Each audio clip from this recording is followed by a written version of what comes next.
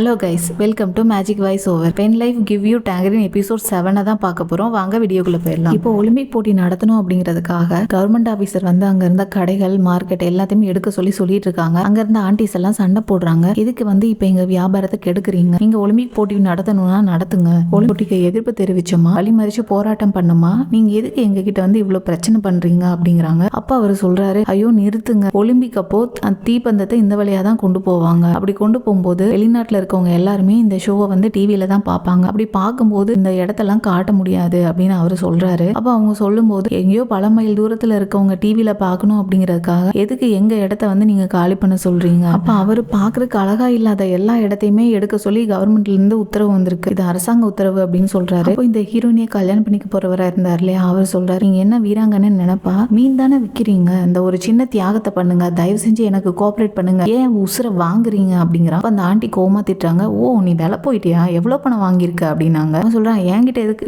இல்லாத பணமா, நான் எதுக்கு பணம் வாங்க போறேன்னு கேட்கிறான். அப்போ அவங்க சொல்றாங்க, இல்ல நான் அவங்க எல்லாம் வந்து கஷ்டப்பட்டு உன்னை வந்து ஜெயிக்க வச்சு தலைவரா தேர்ந்தெடுத்தது இதுக்காகத்தானா அப்படின்னு அவங்க கேட்கறாங்க. இப்ப நம்ம தலைவியை கூப்பிடுங்க, ஏசனை கூப்பிடுங்க, அவ வந்து பேசட்டும், அவளுக்கு தான் வந்து கவர்மெண்ட் சட்டத்தை பத்தி எல்லாம் தெரியும் அப்படிங்கிறாங்க. அப்ப வந்து ஏசன் அந்த இடத்துக்கு வரும்போது சாங்கில சொல்றான், ஏ அசிஸ்டன்ட் இங்க வா, நீ வந்து இவங்களுக்கு சொல்லி புரிய வை அப்படின்னு அவன் சொல்றான். அப்ப சொல்லும்போது அவ வந்து எதுவுமே பேசாம அந்த கார் முன்னாடி போய் ரோட்ல படுத்துக்கிறா. கேட்டா அமைதியா போராட்டம் பண்றா அப்படின்னு சொல்றான். அப்ப அவன் சொல்றான், இது என்ன ரோடு நினைச்சாலா, அவ வீட்டு பெட்ரூம் நினைச்சாலா, இப்படி வந்து படுத்துட்டு இருக்கா அப்படின்னு சொல்றான். அப்ப சொல்லும்போது, நான் வந்து இப்படிதான் அமைதியா போராட்டம் பண்ணுவேன் அப்படிங்கிறான். நீ எந்திக்கல அப்படின்னா வண்டியை கொண்டு வாங்க, புல்டோசர் வச்சு மேல ஏத்திடுன்னு சொல்றான். எங்க என் மேல தைரியம் இருந்தா வண்டியை வச்சு நீ ஏத்து அப்படின்னு அவ சண்டை போடுறா. அரசியல் காத்து நம்ம பக்கம் வீசுது, நம்ம மீனவ கிராமத்து தலைவியா ஏசன் வரலாம் அப்படிங்கிற மாதிரி எல்லாரும் பேசிக்கிறாங்க அப்படின்னு அவங்க ஆண்டிஸ் எல்லாம் சொல்லும்போது ஹீரோயினி சொல்றா, எனக்கு அரசியல்ல இன்ட்ரெஸ்ட் இல்லை அப்படிங்கிறா. அப்ப அவங்க, நீ கண்டிப்பா அரசியல்ல நிக்கணும், நீ நல்லா போராட்டம் பண்ண, இந்த மாதிரி பொண்ணுங்க தான் வந்து தலைவியா இருக்கணும் அப்படின்னு அவங்க சொல்றாங்க. அது மட்டும் இல்லாம சாங்கில் வந்து தலைவனா ஜெயிச்சான் அப்படின்னா கண்டிப்பா அவங்க கவர்மெண்ட் ஆபீசருக்கு தான் வந்து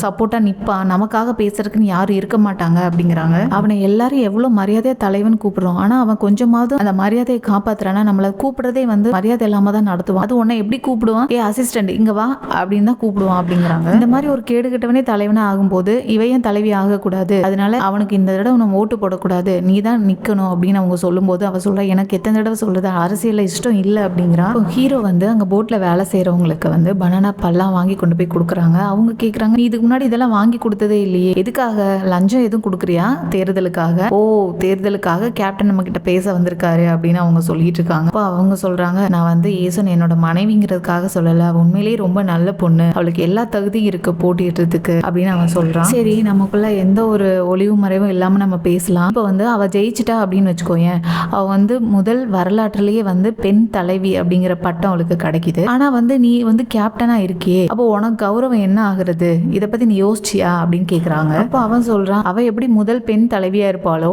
நானும் முதல் பெண் தலைவியோட ஹஸ்பண்டா இருப்பேன் அப்படின்னு சொல்றான். ஐயோ அப்பா, கொஞ்சம் அடக்கி வாசிப்பா, அவங்க லட்சியமே எங்களுக்கு என்ன சொல்றதுன்னு தெரியல அப்படின்னு அவங்க கிண்டல் பண்ணி சிரிக்கிறாங்க. அப்பதான் வந்து அந்த பிளாஷ்பேக் அவன் நினைச்சு பாக்குறான். அதான் சின்ன வயசுல அவ சொல்லுவாள், நான் 5 தடவை பிரசிடென்ட் ஆக போறேன் அப்படின்னு சொல்லுவா. அவனை வந்து எல்லாரும் கேட்கும் போதும் கூட சொல்லுவான்ல, நான் பிரசிடென்ட்டோட ஹஸ்பண்ட்னு சொல்லி, அதை தான் நினைச்சு பாக்குறான். அப்போ அவங்க சொல்றாங்க, பனானா பால்லாம் நல்லா தான் இருக்கு, ஆனா அந்த திமிரு பிடிச்சவன் எல்லாத்துக்கும் பன்னிக்கறி விருந்து வச்சிருக்கான், பன்னிக்கறினா யாருக்கு தான் பிடிக்காது அப்படிங்கிறாங்க. இப்போ சாங்கில தான் காட்டுறாங்க, சொன்ன மாதிரியே அவன் வந்து எல்லாத்துக்கும் பன்னிக்கறி விருந்து வச்சுக்கிட்டு இருக்கான். அப்போ வந்து நல்லா சாப்பிடுங்க, எல்லாருக்கும் 2 பீஸ் வைக்கிறேன், நான் வந்து இதை வந்து எதையும் எதிர்பார்த்து செய்யல, பணத்துக்கோ கௌரவத்துக்கோ எனக்கு வந்து எந்த குறைச்சலும் இல்லை, என் கிராம மக்களுக்கு இன்னும் என்னென்னலாம் செய்யலாம், என்னென்ன வசதியெல்லாம் பண்ணி தரலான்னு மட்டும்தான் நான் எப்போ உங்களை பத்தி யோசிப்பேன் அப்படிங்கிறான். இங்க பாருங்க, எல்லாரும் நல்லா கேட்டுக்கோங்க, அந்த ஏசோன் எங்கேயோ இருந்து வந்தவ, ஆனா நான் வந்து இந்த ஊரோட உண்மையான வாரிசு, உண்மையான தலைவன். எல்லாரும் தலைவராக முடியுமா? போட்டி போடுறவங்களோட கடந்த கால வாழ்க்கை, அவங்களோட குடும்ப வரலாறு எல்லாத்தையுமே பார்க்கணும்ல அப்படின்னு அவன் சொல்லும் போது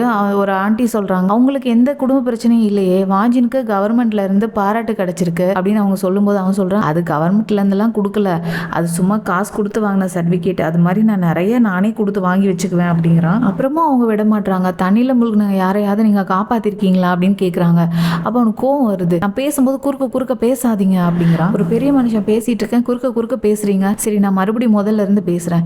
ஏசோனோட குடும்பம் ஒரு நல்ல எடுத்துக்காட்டா இருக்க முடியுமா? அவங்க 2 பேரும் 18 வயசுலயே கல்யாணம் பண்றதுக்காக ஓடி போனவங்க, பெண் குழந்தையும் பெத்துக்கிட்டாங்க, அப்புறம் 2வதா பையன் பிறந்தது. நான் அடுத்தவங்க குடும்பத்தை பத்தி பேச விரும்பல, அவங்க குழந்தைகளை பத்தி பேச விரும்பல, ஆனா நம்ம என்ன நினைக்கிறோமோ அதை தானே அறுவடை பண்ணுவோம். அவங்களுக்கு சுத்தமா மூளையே கிடையாது, அதே மாதிரி அவங்க அவங்க பசங்க பொண்ணுங்க 2 பேத்துக்குமே மூளையே கிடையாது அப்படிங்கிறான். இப்போ இந்த சீனை கட் பண்ணி ஹீரோயினி அவனோட பையனோட ஸ்கூலுக்கு பேரண்ட்ஸ் மீட்டிங்காக நீட்டா ட்ரெஸ் பண்ணிட்டு போயிட்டு இருப்பா. அப்போ வந்து அவங்க பையன் சொல்லுவான், அம்மா பார்ல இருந்தாமா வர்றீங்க, இதெல்லாம் கழட்டுங்க அப்படின்னு சொல்லிட்டு இருக்கான். அப்ப அவ கேக்குறான், பேரண்ட்ஸ் எல்லாம் வந்துட்டாங்களா, எத்தனை பேரண்ட்ஸ் வந்திருக்காங்க அப்படிங்கிறா. நீதான் கிளாஸ்ல லீடர்ல, எல்லாரும் என்கிட்ட வந்து பேசுவாங்க, எனக்கு ரொம்ப பெருமையா இருக்கு, நினைச்சாலே எனக்கு ரொம்ப பெருமையா இருக்கு அப்படின்னு ரொம்ப சந்தோஷப்படுறாங்க. 4 மணி ஆயிடுச்சு, வா போலாம் அப்படிங்கிறாங்க. அப்ப அவங்க பையன், அம்மா நில்லுங்க அப்படிங்கிறான். என்னாச்சுன்னு கேட்கும்போது அவன் சொல்றான், மத்த ஸ்டூடெண்ட்ஸோட அம்மா எல்லாம் வரல, நீங்க மட்டும்தான் இன்னைக்கு அப்படிங்கிறான். என்னாச்சு அவங்கன்னு அப்படின்னு கேட்கும்போது அந்நேரத்துக்கு அந்த சார் வராரு. சார் உங்களை தான் சார் பார்க்கலான்னு வந்தேன் அப்படின்னு அவங்க சொல்லும்போது, நீங்க அப்படியே உள்ள வராதீங்க, வெளியே வாங்க, வெளியில போய் பேசிக்கலாம் அப்படின்னு கூப்பிடுறாரு. இங்க பாருங்க, என்னோட சொனோட்டா காரை ஒனாட்டான்னு மாத்தி வச்சிருக்கான். பிரின்சிபலோட ஸ்டெல்லர் காரு டெல்லரா மாறிடுச்சு. மூட நம்பிக்கை எல்லாம் பரப்பி பசங்க கிட்ட தேவையில்லாமலாம் நிறைய சொல்லிக்கிட்டு இருக்கான். இந்த லெட்டர்ஸ் எல்லாம் விற்கிறான். 20 வருஷத்துக்கு மேல பசங்களுக்கு டீச்சரா இருக்கேன். உங்க பையன் மாதிரி ஒரு ஸ்டூடெண்ட் இது வரைக்கும் இருந்ததே இல்ல. பொழுது போகாம தான் உங்க பையன் ஸ்கூலுக்கு வரானா? கையில நிறைய தொழிலாம் வச்சிருக்கான். 10 பஸ் டிக்கெட்டை கட் பண்ணி 11 எடுத்து 50 வான்னு சொல்லி வித்துட்டு இருக்கான். யாராவது காயினை சுண்டி விளையாடுறாங்க அப்படின்னா அடிச்சு சொல்ற உங்க பையன் அங்க இருப்பான். இது என்ன படிக்க வர இடமா, பிசினஸ் பண்ண வர இடமா? ஸ்கூலுக்கு எல்லாம் படிக்க தான் வருவாங்க, ஆனா இவன் பிசினஸ் பண்றதுக்காகவே வரான் அப்படின்னு அவர் சொல்லிட்டு இருக்காரு. அப்ப அவங்க, நான் உங்ககிட்ட மன்னிப்பு கேட்டுக்கிறேன் சார்னு சொல்றாங்க. நீங்க உங்க பொண்ணு மேலேயே கவனம் செலுத்திருக்கீங்க, கொஞ்சமாவது உங்க பையன் மேல கவனம் செலுத்திருக்கீங்களா அப்படிங்கிறாரு. உங்க பையன் எந்த மாதிரி பசங்க கூட ஊர் சுத்துறான் தெரியுமா அப்படின்னு சொல்லி அவனை பயங்கரமா ரோஸ்ட் பண்ணிட்டாங்க. இவங்களுக்கு ரொம்ப அவமானமா போயிடுச்சு. இனிமே என் பக்கமே வராத, என்கிட்ட பேசாத, என்னன்னு சொல்லி என்ன கூப்பிட்டா, பேரண்ட்ஸ் மீட்டிங் நான் கூப்பிட்ட, உன்னை யாராவது நாங்க சம்பாதிக்க சொன்னோமா? வந்தா படிக்கிற வேலையை மட்டும் பார்க்க வேண்டியதானே? உங்க அக்காக்காக நான் ஒரு நாள் கூட இப்படி இந்த மாதிரி ஸ்கூல்ல வந்து தலை குனிஞ்சது கிடையாது. நீ என்னடானா என் மான மரியாதை எல்லாத்தையும் வாங்கிட்ட, எப்படி நீ தலை நிமிர்ந்து நடப்பேன் அப்படின்னு அவங்க திட்டும் போது அவன் மரத்தை அடிக்கிறான். மரத்தை ஏன்டா அடிக்கிறேன்னு திட்டுறாங்க. என்னாச்சு உனக்கு? உன்னை நான் நல்லா தானே வளர்த்தேன், உங்க அக்கா அளவுக்கு இல்லை அப்படின்னா கூட அவளோட பாதி அளவுக்காவது நான் உன்னை நல்லா பாத்துக்கிட்டேன்ல அப்படிங்கிறாங்க. அப்ப அவன் வந்து கோபமா பேசுறான். இப்ப நீங்க ஊர் தொலைவி ஆகணும்னு நினைக்கிறீங்க, அதனால என்ன வந்து எல்லாரும் முட்டாள்னு பேசுறது உங்களுக்கு பொறுக்க முடியல, அப்படிதானே நீங்க நினைக்கிறீங்க? நீ எப்பவுமே அவளுக்கு தான் அம்மாவா இருந்திருக்கீங்க, எனக்கு அம்மாவா இருந்ததில்ல ஒரு நாள் அப்படின்னு அவன் பேசும்போது அந்த நேரத்துல ஸ்கூல் சாங் ஓடுது. இவங்க பேசுறத வந்து இந்த இடத்துல ஒரு பொண்ணு கேட்டுக்கிட்டு இருக்கா. ஹீரோயினியோட பொண்ணை தான் காட்டுறாங்க. அவ காலேஜ் முடிஞ்சு கிளம்பும் போது மாடியில இருந்து ஒரு 3 கேர்ள்ஸ் பார்த்துட்டு அவளை பேசிட்டு இருக்காங்க. எப்பவுமே அவளை கூப்பிட அவன் வரான் கார்ல. அவளோட பாய் ஃப்ரெண்ட் அவன் பணக்காரனா இருப்பானோ அப்படின்னு பேசுறாங்க. அதுல ஒருத்தி, ஆனா காலேஜ் ஸ்டூடெண்ட்ஸ் இந்த மாதிரி காரை ஓட்டுவாங்க அப்படிங்கிறா. இன்னொருத்தி அவளை பார்த்தா சந்தேகமா இருக்குங்கிறா. அது மட்டும் இல்லாம நியூஸ்ல படிச்சேன், கால் பொண்ணுங்க வயசானவங்க கூட டேட்டிங் போயிட்டு நல்லா சம்பாதிக்கிறாங்க அப்படின்னு கேள்விப்பட்டேன் அப்படிங்கிறா. அப்போ அதுல அந்த ஒயிட் கலர் ட்ரெஸ் போட்ட கேர்ள் சொல்றா, கொஞ்சம் பார்த்து பேசுறியா அப்படிங்கிறா. அப்ப அவங்க சொல்றாங்க, அவனுக்கு என்ன கொஞ்சம் கூட ஒரு கெத்தே இல்லையா, எல்லாரும் முன்னாடியும் அவளுக்கு கார் கதவெல்லாம் ஓபன் பண்ணி விடுறான், இந்த மாதிரி பொண்ணுங்க கிட்ட வழியிற ஒரு பையனை நான் பார்த்ததே இல்லை அப்படின்னு பேசுறாங்க. இவங்க திரும்பி அவங்களுக்கு பாய் சொல்லிட்டு கார்ல சிரிச்சுட்டே ஏறா. இங்க வந்து சாங்கில் சொல்லிட்டு இருக்கான், உண்மையானோட அம்மா அப்பா யாரு, இந்த கேள்வி நீங்க கேட்டாலே தெரிஞ்சிடும், அந்த குடும்பத்துல ஒழுக்கம் அப்படிங்கறதே கிடையாது அப்படின்னு அவங்க சொல்லிட்டு இருக்கும் போது ஒரு ஆண்டி சொல்றாங்க, இப்ப அந்த கல்லு பொது சொத்துப்பா, அதுல எப்படிப்பா உன் பேரை எழுத முடியும் கேக்குறாங்க. அவன் சொல்றான், இருங்க நான் சொல்றேன், துணை தலைவியா இருக்கிறதுக்கே அவளுக்கு தகுதி இல்ல, அது அவளுக்கே நல்லா தெரியும் அப்படின்னு சொல்லும்போது ஒருத்தர் சொல்றாரு, எங்களுக்கு வந்து விருந்து கொடுக்கறதே உங்களோட ஆப்போசிட் டீம்ல இருக்கவங்களை பத்தி குறை சொல்றதுக்காக தான் கொடுக்குறீங்களா, இப்ப பார்த்தாலும் அவங்களே பேசிட்டு இருக்கீங்களேன்னு அவர் சொல்லும் போது அவன் சொல்றான், இல்ல நான் அப்படியெல்லாம் பண்ணவே இல்லை, நீங்க தலைவர் போட்டிடுறவங்களுக்கு குடும்பத்தை பத்தி தெரிஞ்சுக்கணும்ல, எல்லாருக்குமே அவங்க எப்படி இருக்காங்க, அவங்களோட ஃபேமிலி பேக்ரவுண்ட் என்னன்னு எல்லாம் தெரியணும், அதுக்காக தான் நான் சொல்லிட்டு இருக்கேன் அப்படிங்கிறான். இப்போ வந்து ஹீரோயின் கிட்ட ஒரு ஆண்டி சொல்லிட்டு இருக்காங்க, உன்னோட குடும்பத்துல இருக்க விஷயத்தெல்லாம் எதுக்கு வந்து அந்த சாங்கில் இழுக்கிறான், பொண்ணுங்க பசங்களை பத்திலாம் எதுக்கு தப்பா பேசுறான், நீ இப்படியே இருக்கக்கூடாது, திருப்பி அடிக்கணும், நீயும் வந்து இதுல போட்டிட்டு ஜெயிக்கணும் அப்படின்னு அவங்க சொல்லிட்டு இருக்காங்க. அப்புறம் ஒரு பாட்டி சொல்லிட்டு இருக்காங்க, நீ இப்படியே பேசிட்டு இருந்த அப்படின்னா ஏசன் கண்டிப்பா உன்னை திருப்பி அடிப்பா, அவளும் கொஞ்சம் பொறுமையா அடக்கி வாசிச்சுட்டு இருக்கா அப்படிங்கிறாங்க. அப்போ ஒரு பாட்டி சொல்றாங்க, சாங்கிலோட அப்பா இருக்கானே ஜப்பான் நாட்டுக்காரவங்க நம்ம நாட்டை ஆக்கிரமிச்சப்போ தன்னோட பேரை வந்து ஜப்பான் மொழின்னு மாத்துறதுக்கு முதல் ஆளா போய் நின்றுட்டு இருந்தான் அப்படின்னு அவங்க சொல்லும் போது எல்லாம் சிரிச்சிட்டு இருக்காங்க. சும்மா தேவையில்லாம அடிச்சு விட்டுட்டு இருக்காதீங்க, தனிப்பட்ட முறையில என் மேல ஏதாவது ஒரு குறை நீங்க சொல்லுங்க பாக்கலாம், அரசாங்கத்துக்கே பல உதவிகள் செஞ்சவனா அப்படின்னு சொல்லிட்டு இருக்கான். அது மட்டும் இல்லாம ஏசன் வந்து மக்களுக்கு நன்கொடைன்னு சொல்லி ₹1 இது வரைக்கும் செலவு பண்ணிருப்பாளா அப்படிங்கிறான். அப்ப வந்து அந்த ஆண்டி சொல்லிட்டு இருக்காங்க, அரசியல்ங்கிறது சாக்கடை மாதிரி, வெள்ளை சட்டை போட்டு இறங்கக்கூடாது, கருப்பு சட்டை போட்டு இறங்கணும்னு சொல்றாங்க. அப்ப அவ சொல்ற, சட்டைக்கும் அதுக்கு சம்மந்தம் இல்ல, மனசுல மட்டும் சாக்கடை இல்லாம இருந்தா போதும் அப்படிங்கிறா. இதுல நான் வந்து என்னோட வாக்குறுதியால நேர்மையால ஜெயிப்பேன்னு சொல்றேன். அப்ப அவங்க ஆண்டி சொல்றாங்க, இவ இன்னும் நேர்மையாளா தான் இருக்கா, இவ வந்து இது வரைக்கும் யாருக்கும் பன்னிக்கறி விருந்து வைக்கல, சோப் கொடுக்கல, சதி திட்டமும் போடல, இப்படியே போனா நீ கண்டிப்பா தோத்துருவ அப்படின்னு அவங்க சொல்லும்போது இன்னொருத்தவங்க சொல்றாங்க, அந்த சாங்கல் யாருன்னு ஊர் மக்களுக்கு வந்து வெளிச்சம் போட்டு காட்டியே ஆகணும், ஏற்கனவே உன்னோட குடும்பத்தை பத்தி ரொம்ப தப்பா பேசி அவன் எல்லையை மீறிட்டு இருக்கான், நீ மட்டும் ஏன் எல்லையை தாண்டக்கூடாதுங்கிறாங்க. அப்ப இன்னொருத்தவங்க சொல்றாங்க, கூண்டுக்குள்ள இருந்து நேரத்துக்கு வெளியே வராத பட்டாம்பூச்சி மிருகத்துக்கு இரையாயிரும், அதே மாதிரி நீயும் வந்து கரெக்ட் டைமுக்கு கூண்டை விட்டு வெளியே வா அப்படின்னு சொல்றாங்க. இந்த பக்கம் சாங்கில் கறந்த பாலை விட சுத்தமான வேணா, மக்களுக்காகவே வாழ்ற வேணா, ஏழைகளின் விடிவெள்ளி நான், உங்களில் நானும் ஒருவன், சல்லடை போட்டு தேடினாலும் என் மேல ஒரு குறை தெரியாது, உண்மையை பேசுற உத்தமனா, உலகம் ஃபுல்லா தேடினாலும் என்ன போல ஒரு நல்லவனை நீங்க யாரும் பார்க்க முடியாது அப்படின்னு அவன் பாடிட்டு இருக்கும்போது ஒருத்தவங்க சொல்றாங்க, சீ வாய மூடு, இந்த மாதிரி நீ பாடுறதுக்காகவே உனக்கு ஓட்டு போடக்கூடாது அப்படிங்கிறாங்க. அந்த நேரம் அவன் கோவப்பட்டு என்னோட நூடுல்ஸ் எங்க அப்படின்னு சொல்லி கிச்சன்ல சமைச்சுக்கிட்டு இருக்க அவன் ஒய்ஃப் கிட்ட திட்டுறான். நீ நூடுல்ஸ் செய்யறதுக்கு இவ்வளவு நேரமா, நீ கரெக்டா நூடுல்ஸ் செஞ்சு கொண்டு வராம இருவா, நான் கார்லயே ஏத்த மாட்டேன், நடந்து வா அப்படின்னு அவன் திட்டிட்டு இருக்கான். இவங்க அவன் மேல இருக்க கோவத்துல எச்ச ஸ்பூனை எடுத்து அந்த நூடுல்ஸ்ல போட்டு கொடுக்குறாங்க.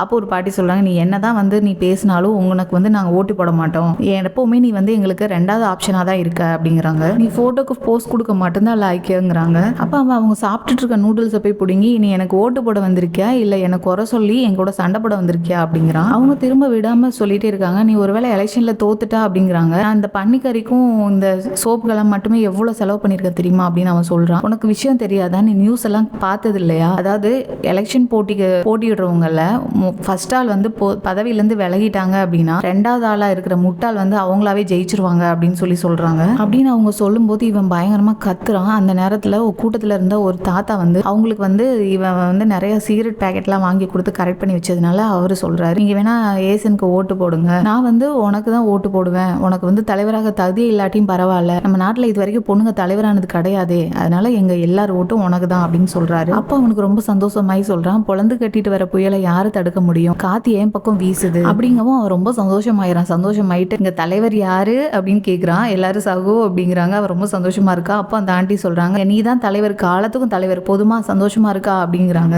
என்னோட பெருமையை நான் எதுவுமே சொல்லணும்னு அவசியம் இல்லை, எங்களுக்கு எங்க குடும்பத்துல பொண்ணுங்களுக்கு வச்சிருக்க பேரே அதோட பெருமையை சொல்லும், பேருக்கு அர்த்தம் என்ன தெரியுமா, அன்பானவர், அமைதியானவர், பண்பானவர் அப்படின்னு பெருமையா சொல்லிட்டு இருக்கான். இப்போ இந்த சீனை கட் பண்ணி அவன் ஃபுல்லா குடிச்சிட்டு நான் யாரு அப்படின்னு சொல்லி ஒரு லேடி கிட்ட ரொமான்ஸ் பண்ணிட்டு இருக்கான். அவங்க சொல்லிருக்காங்க, என்னோட பிசினஸ் ரொம்ப லாஸ்ல போகுது, ஒலிம்பிக் போட்டிக்கு ஏதாவது ஹெல்ப் பண்ணி நாங்க கொஞ்சம் நல்லா இருக்கலாம்னு பார்த்தா இந்த மீஞ்சூன் பொம்பளைங்க ரொம்ப பிரச்சனை பண்றாங்க, உனக்கு என்ன பத்தி தெரியும்ல, நான் ரொம்ப சாஃப்டானவ, ரொம்ப பிசினஸ் கஷ்டமா இருக்கு, லாஸ்ட்ல போகுது அப்படின்னு அவ புலம்பிட்டு இருக்கா. அப்ப அவன் சொல்லிட்டு இருக்கான், நீ ஒன்னும் கவலைப்படாத, நான் இருக்கேன்ல, எலெக்ஷன்ல ஜெயிச்சு வந்தது எல்லா பிரச்சனையும் நான் சரி பண்ணி தரேன் அப்படின்னு சொல்றான். அப்ப அவ சொல்ற, நிஜமாவே பண்ணி தரீங்களா, சரி இதுக்கு நான் எது கமிஷன் எதுவும் கொடுக்க வேண்டாமா அப்படின்னு கேட்கறான். அப்ப அவன் சொல்றான், 70% உனக்கு, அதுல 30% எனக்கு அப்படிங்கிறான். அப்ப அவளும் சரி இந்த டீலுக்கு ஓகேன்னு சொல்றா. அப்ப அவன் சொல்றான், நான் யாருன்னு தெரியும்ல, நான் ஊருக்கே ராஜா, எனக்கு எல்லாமே இருக்கு, பணம் இருக்கு, பதவி இருக்கு, ஆனா என் வாழ்க்கையில ரொமான்ஸ் மட்டும் இல்லை, என் கூட இருக்கும்போது கூச்சப்படாத அப்படிங்கிறான். அப்ப நான் எதுக்கு கூச்சப்பட போறேன் அப்படிங்கிற அவ. அப்ப சொல்றான், எதுக்கு கோவப்படுற, நான் இதை வெறும் பணத்துக்காக மட்டுமா செய்யறேன்னு நினைக்கிறேன், என் கூட நல்ல ஒரு ஃப்ரெண்டா இரு, நீதான் என்னோட சந்தோஷம் அப்படின்னு சொல்லி அவன் ரொமான்ஸ் பண்ணிட்டு அவ காலை அமுத்தி விட்டுக்கிட்டு இருக்கான். அந்த நேரத்துக்குள்ள அந்த ஆண்டிஸும் ஹீரோயினும் உள்ள வந்துடுறாங்க. நீங்க எதுக்கு உள்ள வந்தீங்க, உங்களுக்கு என்ன வேணும் அப்படின்னு கேட்கறான். நீ எதுக்கு அரசாங்கத்துக்கு இவ்வளவு சப்போர்ட் பண்ணன்னு இப்ப புரியுது அப்படிங்கிறாங்க அந்த ஆண்டி. நீங்க யாரு கேட்டு இங்க வந்தீங்க, என்னோட தனிப்பட்ட வாழ்க்கையில தலையிடுறதுக்கு நீங்க யாரு, நான் என்ன வேணாலும் பண்ணுவேன் என்னோட தனிப்பட்ட வாழ்க்கையில அவன் சொல்லும்போது ஹீரோயினி சொல்றா, நான் அப்படிதான் பண்ணுவேன், இதுவும் என்னோட வேலை தான், முட்டா பையல அப்படிங்கிறா. நீ அவளுக்கு சப்போர்ட் பண்றேன்னு சொன்னதெல்லாம் நாங்க கேட்டோம் அப்படிங்கிறாங்க. அப்போ நான் பேசினதெல்லாம் ஒட்டி கெட்டியா அப்படிங்கிறாங்க. அப்ப அந்த ஆண்டி சொல்றாங்க, நீ தலைவனா ஜெயிக்கணும்னு நினைக்கிறதே மத்த வீட்டு பொண்ணுங்களை உஷார் பண்றது தானே அப்படிங்கிறாங்க.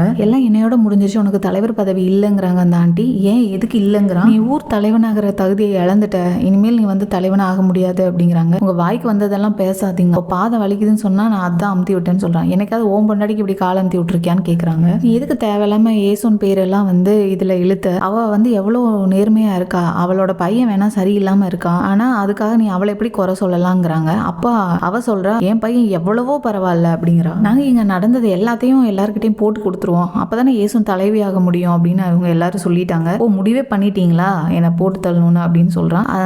இந்த சீனை கட் பண்ணி நம்ம தலைவியா ஏசன் ஜெயிச்சிட்டா. இப்போ அவங்க ரொம்ப சந்தோஷத்துல இருக்காங்க. முதல் முறையா அந்த கிராமத்துல ஒரு பெண் தலைவியா இருக்காங்க அப்படின்னு சொல்லிட்டு, அதே மாதிரியே அந்த ஊர் மக்களும் தலைவி மேடம் எங்களுக்கு ரைஸ் கேக் கொடுங்க, தலைவி மேடம் நீங்க இந்த பொறுப்பை பாருங்க, தலைவி மேடம் எல்லா சாப்பாடுலாம் ரெடி ஆயிருக்கு, டேஸ்ட் பாருங்கன்னு எல்லாரும் அவங்க அப்படி கூப்பிடும் போது அவங்களுக்கு ரொம்ப சந்தோஷம் ஆகுது. இன்னொரு ஆண்டியும் சொல்றாங்க, தலைவி இங்க வா, நீ தான் சாப்பாடெல்லாம் டேஸ்ட் பண்ணணும், எல்லாருக்கும் பரிமாறுன்னு கூப்பிடுறாங்க. வந்துட்டேன்னு சொல்லி அவ்வளவு சந்தோஷமா போய் எல்லாத்துக்கும் சாப்பாடு பரிமாறிட்டு இருக்கா. அப்போ இதெல்லாம் பார்த்துக்கிட்டு இருக்க சாங்கில் ஹீரோயின் பையன்கிட்ட கத்துறான், என்னாச்சு எங்களுக்கெல்லாம் கறி கிடையாதா, எங்களை பார்த்தா மனுஷங்களா இல்லையா அப்படின்னு கத்துறான். கூட இருந்தவர் சொல்றாரு, இப்படியெல்லாம் கத்திட்டு இருக்கிறது நல்லா இல்லை அப்படிங்கிறாரு. அப்போ அவன் சொல்றான், நான் ஒன்றும் சும்மா அங்கே வேலை இல்லாம உட்காந்துக்கிட்டு இருக்கேன்னா, ஒரு தலைவர் பதவியை என்னென்னலாம் பண்ணனா, அவளுக்கு என்ன செய்யணும்னே தெரியாது, அவள் எல்லாத்தையும் சரியா செய்யறாளா நான் கண்காணிக்கிறதுக்காக தான் அங்கே உட்காந்துட்டு இருக்கேன் அப்படிங்கிறான். அப்போ அவங்க சொல்றாங்க, உங்களை யாருங்க மதிக்கிற மாதிரியே இல்லையே அப்படிங்கிறான். அப்போ அவன் சொல்றான், நான் ஒன்றும் தோத்து போகல, பதவி விலகிட்டேன், எல்லாம் மக்களோட நன்மைக்காக அப்படிங்கிறான். அப்புறம் அவங்க சொல்றாங்க இவன் வந்து அந்த லேடிக்கு கால் அமுத்தி விட்டது ஊர் ஃபுல்லா தீயா பரவிடுச்சு, அதை தான் அவங்க சொல்லி சிரிக்கிறாங்க, நான் ஒன்றும் வேணும்னு பண்ணல, அவங்க கால் வலிக்குதுனாங்க அதை அமுத்தி விட்டேன்னு கத்துறான். இப்போ ஹீரோயினோட மாமியார் சொல்லிட்டு இருக்காங்க என் மருமக வந்து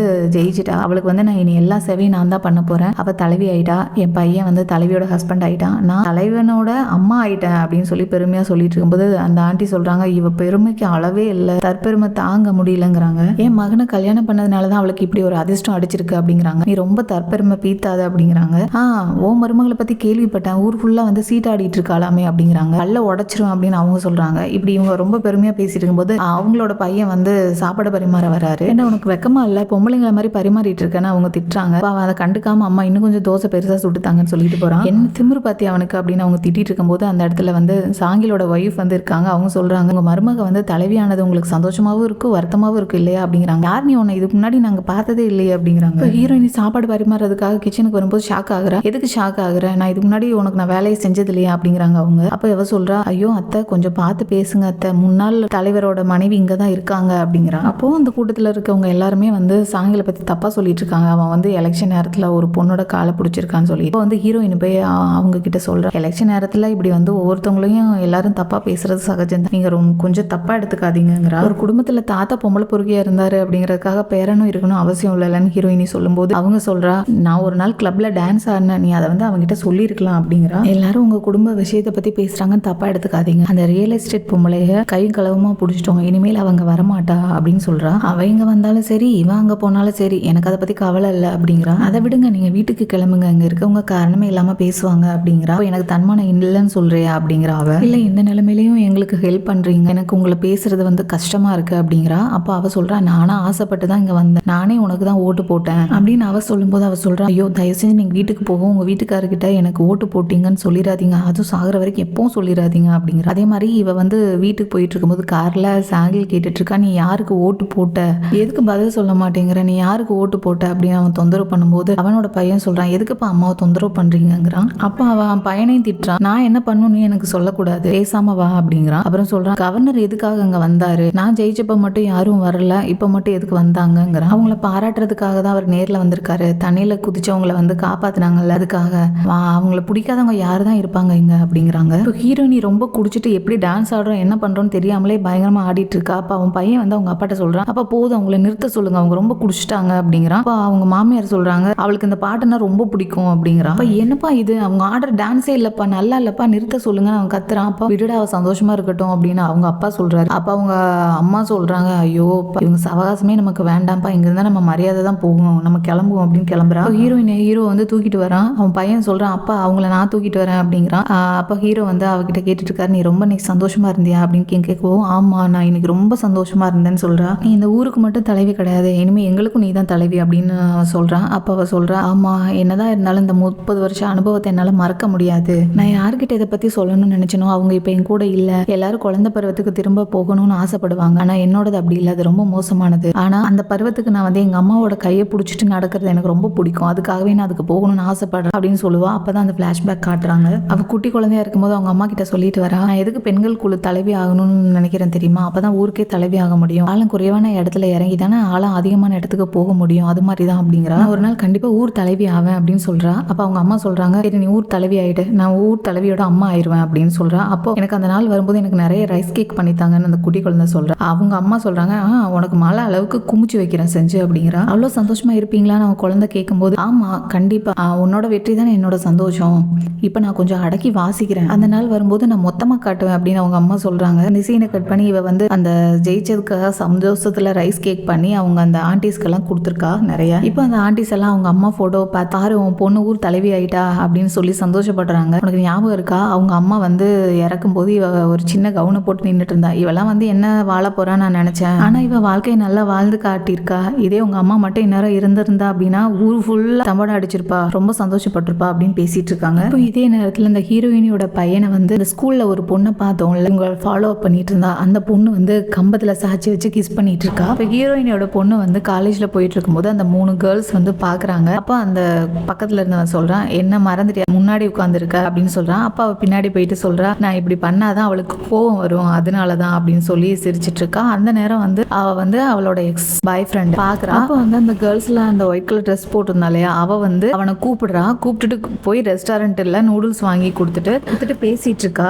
அதுல ஒருத்தி சொல்றா, அவ விஷயத்துல ஏதோ ஒண்ணு தப்பா இருக்கே அப்படின்னு கேக்குறா. அப்ப இவ சொல்றா, அவ ஏழைங்கிறதுக்காக கார்ல போறது ஒன்றும் அதிசயம் இல்லையே அப்படிங்கிறா. நீ ஏன் அவளுக்கு வந்து பறிஞ்சு பேசுற அப்படிங்கிறா. அவ மனசுல இருக்க கோவத்தை காட்டுறதுக்கு அவளுக்கு தெரிஞ்ச மட்டமான வழி அது அப்படிங்கிறா. அப்ப இன்னொருத்தி ஏன் அப்படி நடந்துக்கிறான்னு கேக்குறா. அப்ப அவ சொல்றா, இல்ல அவளை பத்தி எங்க அப்பா கொஞ்சம் சொல்லியிருக்காரு. அவ கிணத்துக்குள்ள இருந்து வெளியே வர குடிக்கிற தவளை மாதிரி. இந்த சிட்டில எல்லாம் அவ ஒரு ஆளே கிடையாது. அவ ஊர்ல வேணா அவ பெரிய ஆளா இருக்கலாம். அவளுக்கு நிறைய தாழ்வு மனப்பான்மை இருக்கு. நம்மள மாதிரி ஹை கிளாஸ் எல்லாம் அவளை வந்து ஒரு பெரிய ஆளாவே எடுத்துக்க கூடாது அப்படின்னு சொல்லுவாருன்னு சொல்றா. இருந்தாலும் அவ ஏன் உங்ககிட்ட இப்படி நடந்துக்கிறா அப்படின்னு கேக்குறா. ரொம்பலாம் இல்லையே, 0.2% தான் அப்படின்னு சொல்றா. உன்னை விட ஹைட்டும் அதிகம் அப்படின்னு சொல்லவும், ரொம்பலாம் இல்ல 2 சென்டிமீட்டர் தான் அப்படிங்கிறா. அவளை பத்தி எல்லாமே மனப்பாடம் பண்ணி வச்சிருக்கா அப்படின்னு அவ சொல்லும்போது அவ கேக்குறா, என்ன சொல்ல வர, கேட்க வரத கேளுன்னு சொல்றா. அப்பதான் சொல்றா, அவ வந்து ஜப்பான்ல படிக்கிறதுக்கு செலக்ட் ஆனா அவ விட்டு கொடுக்கல அப்படின்னா நீ அங்க படிக்க போயிருக்க முடியாது, அதை மறந்துடாதுன்னு அவ சொல்றா. அப்ப அவ சொல்றா, ஒரு ப்ரொஃபஸரா இருந்தா நானும் அவளை தான் கண்டிப்பா செலக்ட் பண்ணிருப்பேன். அவ ரொம்ப ஏழை, அவளாலலாம் அங்க போய் படிக்க முடியாது. எங்க ஃபேமிலியில தான் என்ன வந்து அங்க அனுப்பி படிக்க வைக்க முடியும். அதனாலதான் காலேஜ்ல இருந்து என்ன அனுப்புனாங்க அப்படின்னு சொல்லி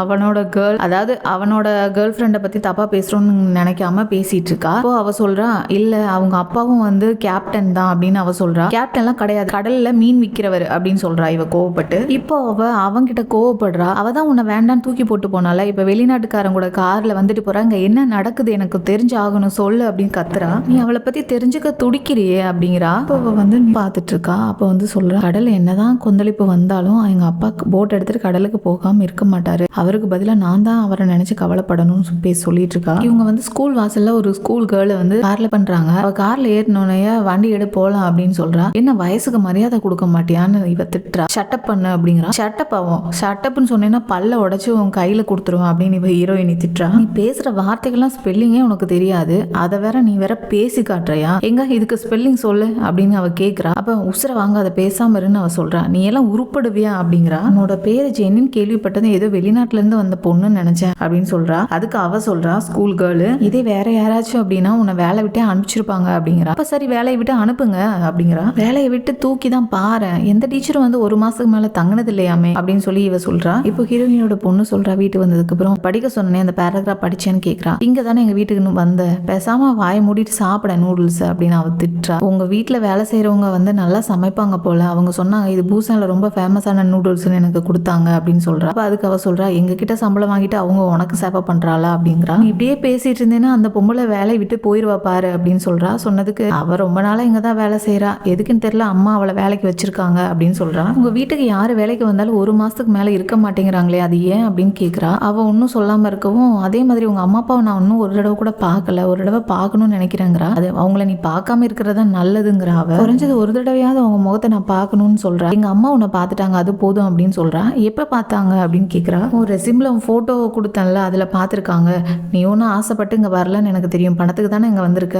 உன்னோட டைம் முடியிற வரைக்கும் நீங்க இரு அப்படிங்கிறா. உன் வயசுக்கு நீ ரொம்ப பேசுற, ஆனா நான் உண்மையாவே பணத்துக்காக தான் இதை செய்யறேன் அப்படிங்கிறா. அப்ப அவ சொல்றா, இரு ஒரு நிமிஷம், உன் முடி ஏன் இப்படி இருக்கு, நல்லாவா இருக்கு அப்படின்னு அவ சொல்றா. அப்ப சொல்லும்போது, என்னாச்சு உனக்கு, ஏன் என் ஹேர் ஸ்டைல் மேல உனக்கு இவ்வளவு ஒரு கொலை வெறின்னு கேக்குறா. நம்ம 2 பேரும் பாக்குறதுக்கு ஒரே மாதிரி இல்ல, உன்னை விட நான் தான் அழகா இருக்கேன் அப்படின்னு அவ சொல்றா. என்னது அழகா இருக்கா, எங்க அதுக்கு ஸ்பெல்லிங் எழுதி காட்டு அப்படிங்கிறா. அவ ஸ்பெல்லிங் எழுதலான்னு போகும்போது, நீ பேசாம வாயை மூடிட்டு இரு, மூக்க தட்டி விட்டுருவேன்னு சொல்லி அவ திட்டிக்கிட்டு இருக்கா. இதுல மட்டும் ஆர்வமா இருக்கா அப்படின்னு சொல்றா. உனக்கு தரேன்னு சொன்னா அமௌண்ட்டை மட்டும் எடுத்துக்கோ, அதுக்கு மேல எடுக்காதன்னு அவ சொல்றா. இவ சொல்றா, அவங்க அம்மா என்னோட ஆசையை ரொம்ப தூண்டி விட்டு பாக்குறாங்க அப்படிங்கிறா. வீட்டுல இருந்த வேலைக்காரி சொல்றாங்க, கை நிறைய பணத்தை எடுத்துட்டு போ, அவ கொடுக்குற தொல்லைக்கு நீ 2 மடங்கு சார்ஜ் பண்ணுன்னு சொல்றாங்க. அப்ப அவ சொல்றா, அம்மா வராங்க, உன்னை பார்க்கணுமா, நீ இரு அப்படின்னு சொல்றா. அப்போ இந்த வேலைக்காரி இங்கிருந்து போயிரு அப்படின்னு சொல்றா. என்கிட்ட எல்லாமே இருக்கு, இல்லாதன்னு எதுவுமே கிடையாது, பணம் புகழ் பதவி எல்லாமே. ஆனா என்ன பண்றது, நான் சாதிக்க முடியாதுன்னு நினைச்சதை என் பொண்ணு மூலமா நான் சாதிக்கணும்னு நினைச்சேன், ஆனா என்ன பண்றது, என் மூலம் தான் அவளுக்கும் இருக்கு அப்படின்னு அவங்க சொல்லும்போது அவ சொல்றா, ஒன்னும் கவலைப்படாதீங்க, நான் கொஞ்சம் கொஞ்சமா அவளை வந்து ஸ்டடி பண்ணி எல்லாமே ரெடி பண்ணி விட்டுறேன் அப்படிங்கிறா. அப்ப அவங்க சொல்றாங்க, கொஞ்சம் கொஞ்சமா பண்றதுக்கான நமக்கான நேரம் வந்து இப்ப இல்ல, வாழ்க்கை யாருக்காகவும் காத்திருக்காது அப்படின்னு சொல்றா. அப்போ என்ன வேலை விட்டு தூக்க போறீங்களான்னு அவ கேக்குறா. அப்ப அவ சொல்றா, ஜெனி வந்து பணக்காரியா இருக்கலாம், உன் அளவுக்கு புத்திசாலி கிடையாது, நீ படிப்பாளி மட்டும் கிடையாது புத்திசாலியும் கூட, நான் நேரம் உங்ககிட்ட கேக்குறேன், நான் வந்து எல்லா ஏற்பாடையும் பண்ணிட்டேன், நான் சொல்றதுக்கு வந்து நீ ஓகேன்னு மட்டும் சொன்னா போதும், 2 வருஷமா உன்னை தேடி கண்டுபிடிச்சிருக்கோம், என் பொண்ணுக்கு பதிலாக காலேஜ் எக்ஸாம் நீ தான் போய் எழுதணும் அப்படின்னு சொல்லிட்டு அவங்க வந்து ஃபேக்கான ஐடி கார்டு ஹால் டிக்கெட் எல்லாமே ரெடி பண்ணி காமிக்கிறாங்க. அப்போ அவ சொல்றாங்க, இதுல வந்து நீ எக்ஸாம்ல பாஸ் ஆயிட்ட அப்படின்னா உனக்கு வந்து ஒரு அபார்ட்மெண்ட் வாங்கி தரேன் அப்படின்னு சொல்றாங்க. இப்போ வந்து அவரு சொல்லிட்டு இருக்காரு, இந்த போர்டில் வந்து அவளோட அவளோட பேர் இல்லை அப்படின்னா அவ வந்து ஹாஸ்டல்ல தங்கி படிக்க முடியாது. இப்போ இங்க சோல்ல வீடு எடுத்து தங்கணும் அப்படின்னா நிறைய வாடகை கேட்பாங்கல்ல அப்படின்னு கேட்கும்போது அவன் பக்கத்துல இருந்துட்டு ஆமா நிறைய கேட்பாங்கன்னு சொல்றான். இவங்க அப்பா அவனை முறைச்சு பார்த்துட்டு போலீஸ்க்கு ஃபோன் பண்ணலான் இருக்கேன், பொண்ணுங்க காலேஜ்ல இவனுக்கு என்ன வேலை, ஒரு சோல்ஜருக்கு அப்படின்னு திட்டுறாரு. அப்போ அங்க இருந்து சொல்றாரு அவனுக்கு இங்க தான் பக்கத்துல தான் இடம் இருக்கு, அவனுக்கு ஃப்ரீ டைம் இருக்கும்போதெல்லாம் அங்க வருவான் அப்படின்னு சொல்லிட்டு இருக்காரு. இப்போ இவன் போய் அங்கிள் நான் தான் கும்மியானோட ஃப்ரெண்டு, அன்னைக்கு கூட உங்களை நான் வந்து போட்டோ எடுத்து கொடுத்தனே அப்படின்னு சொல்றான். அப்போ அவர் கோவப்படுறாரு, என்ன எதுக்கு நீ அங்கிள்னு கூப்பிட்ட, எதுக்கு அப்படி கூப்பிட்ட அப்படின்னு கேட்கிறாரு. இப்போ வந்து இவ சொல்லிட்டு இருக்கா மேடம் இது ரொம்ப தப்பு, வந்து லாபத்தை விட நட்டம் தான் அதிகமா இருக்கு, இப்போ கூட நான் யாருக்கு தெரியாம தான் டியூஷன் எடுக்க வந்துட்டு இருக்கேன் அப்படிங்கிறா. பணம் சம்பாதிக்கணும்னா சில விஷயங்களை வாழ்க்கையில ரிஸ்க் எடுத்து தான் ஆகணும், ரிஸ்க் எடுக்காம வாழ்க்கையில எதுவும் கிடைக்காதே அப்படிங்கிறா. இது தெரிஞ்சா காலேஜ் விட்டு என்ன தூக்கிடுவாங்கன்னு அவ சொல்றா. தெரியும் தெரிஞ்சா எல்லாமே போயிடும், ஆனா நீ மாட்டிக்காம இருந்தா உனக்கு அப்பார்ட்மெண்ட் கிடைக்குமேங்கிறா. அதுவும் என்ட்ரன்ஸ் எக்ஸாம் எழுதுறது சாதாரண விஷயம் கிடையாது, அதுவும் நான் ஜெனியா அப்படின்னு சொல்றா. அப்பா அவ சொல்றா என்ட்ரன்ஸ் எக்ஸாம் ஹாலில் கண்காணிக்க வரவங்க எல்லாருக்குமே நான் அமௌண்ட் கொடுத்துட்டேன், அங்க வந்து உனக்கு யாரும் டிஸ்டர்ப் பண்ண மாட்டாங்க, நீ மாட்டிக்கவும் மாட்டா, பயப்படாம எழுதுன்னு சொல்றா. நம்ம கிட்ட இருக்க திறமையை பயன்படுத்தி நம்ம பணம் சம்பாதிக்கிறது ஒன்றும் தப்பு இல்லை, என்கிட்ட இருக்க திறமை உனக்கு வந்து சப்போர்ட் பண்றது தான், நீ வந்து நியாயத்தை பத்தி எல்லாம் யோசிக்காம பணத்துக்காக சம்பாதிக்கிற வழியை பாரு அப்படின்னு அவ சொல்றா. அப்போ அவ சொல்ல வரும்போது நான் சொல்றத நீ கேளு, நீ சொல்றத நான் கேட்க முடியாது, நீ கொஞ்சம் யோசிச்சு கூட டைம் எடுத்து சொல்லுங்கிறா. உன்னோட ஸ்காலர்ஷிப் பணம் நின்றுச்சுன்னு எனக்கு தெரியும், உன்னால ஹாஸ்டல்லையும் தங்க முடியாது, வெளிநாட்டுக்கு போகணுமா வேண்டாமா அப்படின்னு அவ கேட்கும்போது இதெல்லாம் உங்களுக்கு எப்படி மேடம் தெரியும் அப்படிங்கிறா. விசாரிக்காம எதுலையும் இறங்க மாட்டேன், சுயநலமா இருக்காத, உன்னை வளர்க்கறதுக்காக உங்க அம்மா அப்பா எவ்வளவு கஷ்டப்பட்டு படிக்க வச்சிருப்பாங்க, நீ கிணத்துல இருந்து தாவ நினைக்கிற ஒரு குட்டி தவளை, ஆனா இப்ப அந்த கிணத்துல தண்ணி வத்திக்கிட்டு இருக்கு அப்படின்னு அவங்க சொல்றாங்க. இப்ப இவ வந்து வெளியில கேட்டுக்கு வெளியே வரும்போது செக்யூரிட்டி கூப்பிட்டு அந்த வீட்டுல இருந்து நீ திருடிட்டு வந்திருக்கன்னு கம்ப்ளைண்ட் பண்ணிருக்காங்க, நீ எடுத்ததை கொடுத்துரு அப்படின்னு அவர் கேட்கிறாரு. ஓ திருட்டு பள்ளி வேற கட்டிட்டாங்களா, அவங்க அப்படியே சொன்னாங்கன்னு சொல்லிட்டு சொல்றா. நீ உன் திறமையை வீணடிக்க போறியா என்ன, உன் அம்மா அப்பா இப்ப கூட உனக்காக தான் வந்து அவர் போட் ஓட்டிட்டு இருக்காரு, நீ இப்ப கூட இதை பயன்படுத்திக்கல அப்படின்னா உங்க அப்பா எப்பவுமே போட் ஓட்டிக்கிட்டு தான் இருக்கணும். எங்க அப்பா கூட அப்படிதான், மூத்த பையன் நல்லா படிச்சு பாஸ் ஆயிருவான்னு நினைச்சாரு, ஆனா கடைசி வரைக்கும் மாடு மேய்ச்சதான் மிச்சம் அப்படிங்கிறான். அப்ப அவ சொல்ற நான் என்னோட திறமையை பயன்படுத்துறதுனால எனக்கு ஒரு அபார்ட்மெண்ட் கிடைக்கும் அப்படிங்கிறது வந்து ஒரு நல்ல விஷயம் தான், ஆனா அது எனக்கு வேண்டாம், ஏன்னா அவங்க வந்து என்னை ஏமாத்தக்கூடாதுன்னு சொல்லி வளர்த்துருக்காங்க, சின்ன வயசுல ஸ்கூல் கிரவுண்ட்ல ₹1 வான் கிடந்தா கூட அதை எடுக்கக்கூடாதுன்னு சொல்லியிருக்காங்க, என் அம்மா அப்பா நான் ஒரு ஃப்ராட் ஆகுறது என்னைக்கும் ஏத்துக்க மாட்டாங்க அப்படின்னு அவ சொல்லும்போது அவங்க சொல்றாங்க நீ எனக்கே வந்து லெசன் எடுக்கிறியா அப்படின்னு அவங்க கேட்கும்போது அவ சொல்றா இல்ல ஒருவேளை நான் வந்து ஜெனிக்காக இந்த எக்ஸாம் எழுதி பாஸ் ஆயிட்டேன் அப்படின்னா ஒரு ஏழை குழந்தைக்கு கிடைக்க வேண்டிய வாய்ப்பு கிடைக்காமலே போயிடும், நான் இந்த மாதிரி ஃப்ராட் பண்றதுனால ஒரு ஏழை பொண்ணு வந்து பாதிக்க கூடாது அப்படின்னு அவ சொல்லும்போது அவங்க சொல்றாங்க நீ ரொம்ப நல்லா தான் பேசுற, ஒருத்தருக்கு தகுதியும் அதுக்கேற்ற பணமும் இருந்தா லட்சியம் அப்படிங்கிறது ஒண்ணு இருக்கிறது வந்து தப்பு இல்ல, ஆனா சாப்பாட்டுக்கே வழி இல்லாதவ நியாயம் பேசலாமா அப்படிங்கிறாங்க.